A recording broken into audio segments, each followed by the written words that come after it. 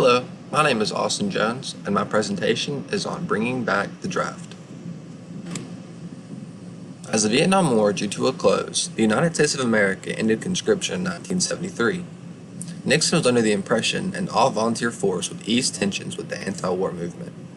Compulsory military service was a thing to be feared by those eligible and by their loved ones. Most Americans at that time were happy to see this divisive policy disappear. However, that idea is starting to change, with changes coming to the United States in recent years. In this speech, I will prove why the United States should bring back the draft after its 46-year hiatus. It would be great for closing the civilian-military gap, lowering the nation's debt, and reducing military force. The shared experience would allow people to see the first-hand effects that war has on those who serve. In the 2015 J. Francis Wolf wrote an article titled 10 Arguments in Support of Bringing Back the Draft. In the article, he identified a chilling statistic. Merely 1% of American citizens serve or have immediate family members serving in the military. Reinstituting the draft could galvanize opposition to the war and the support of peace. It will also result in a deeper understanding of the way the military functions and how it sets out to achieve foreign policy goals. This could unite the population in taking an educated position on any given war. According to Noel Koch, the man who wrote a proposal ending the military draft while serving as a speechwriter in the Nixon White House, the military did more to advance the cause of equality in the United States than any other law, institution, or movement. Not for nothing did bro come into common usage in the Vietnam era. Who sheds his blood with me shall be my brother.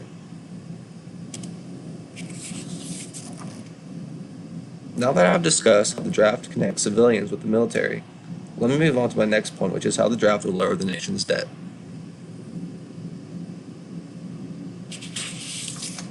Military personnel costs have soared in the recent years. Todd South released an article on Military Times webpage entitled Bringing Back the Draft in 2017. The combination of pay, benefits, and other bonuses have contributed to a 41% increase in personnel budgets. Eliminating those bonuses and reducing recruiting budgets would cut much of these costs. In Should the United States Reinstate the Draft, published in 2018, Sean McLean Brown explains how this system cannot last. There are currently unprecedented incentives for joining the military, some close to 100,000. Given our current level of debt, he says this trend is unsustainable and that we can't afford the all-volunteer force that we have today. In the article, Military Costs Spiraling Out of Control, published by Jeff Owsley in 2015, he goes on to talk about the lucrative business that is the United States military. A recent Congressional Budget Office report shows that the average cost to maintain an active duty soldier is now $99,000 a year, a 31% jump between 2000 and 2014. The continual increase is mainly caused by the increased costs for military personnel, operations, and maintenance. The Department of Defense has been scrambling to cut costs, but the report predicts that it's not going to be enough. As you see here in this chart, the personnel costs take up 32% of the entire budget, just $177 billion. Now that I've discussed how the draft will lower our nation's debt, let me move on to my next point, which is how the draft will reduce the amount of force the United States uses. The lack of a draft has led the United States to increase its military force. Let me reference back to J. Francis Wolf's article that explains how the United States has expanded forces in the times since the draft was closed. In the 40 years before the draft was eliminated, the U.S. sent military personnel abroad on 27 different occasions. In the 40 years since, the military has been deployed about 175 times. While several influencing factors relate to the use of military abroad, politicians do seem to have fewer reservations to sending a voluntary army abroad rather than one composed of draftees. Again, Sean McLean Brown explains in his article titled Should the United States Reinstate the Draft, published in 2018, how the military today goes on an unnecessary amount of missions.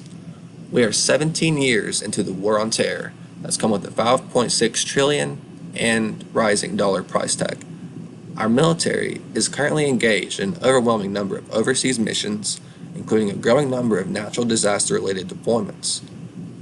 The number of fatal human error incidents in the military has reached an unprecedented level. By reinstituting the draft, it would reduce the number of times the military was deployed and in the long run, save more American lives. In conclusion, today I discussed the reasons behind bringing back the draft.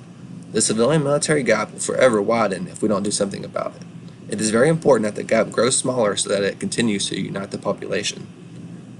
The nation will continue to suffer financially, which hurts the overall economy if we do not do something about it. The amount of money spent on military personnel costs is ridiculous, and like said before, it cannot be sustained. Less citizens will continue to die in missions that weren't necessary if we were to change to going back to the draft. These are the reasons why the draft should be reinstated in the United States. Thank you for your time.